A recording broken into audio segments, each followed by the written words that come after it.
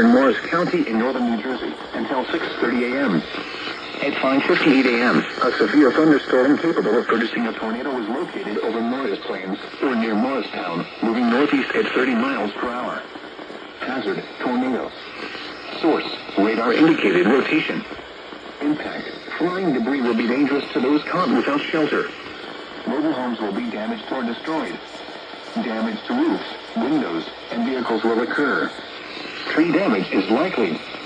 Locations impacted include Lincoln Park, Kinnelon, Boonton, Butler, Rockaway, Morris Plains, Mountain Lakes, Riverdale, Parsippany, and Paquonic Township. This includes the following highways: Interstate 80 in New Jersey between mile markers 39 and 44. Interstate 287 in New Jersey between mile markers 41 and 54. Take cover now.